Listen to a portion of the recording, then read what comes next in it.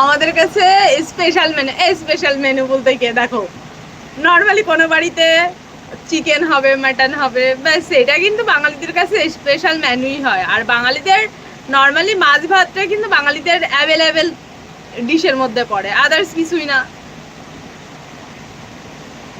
Okay bye. জানি না বাবা আমার তো হ্যাঁ, ঠান্ডা লাগলে খাই।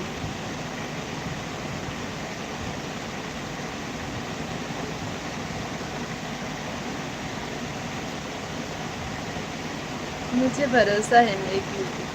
अच्छा গুড। না, আমাদের বাঙালিরা কিন্তু মাছে ভাতেই সন্তুষ্ট। আদার্স মেনু বলতে কি, কোনোদিন যদি স্পেশাল মেনু বলতে তোমার চিকেন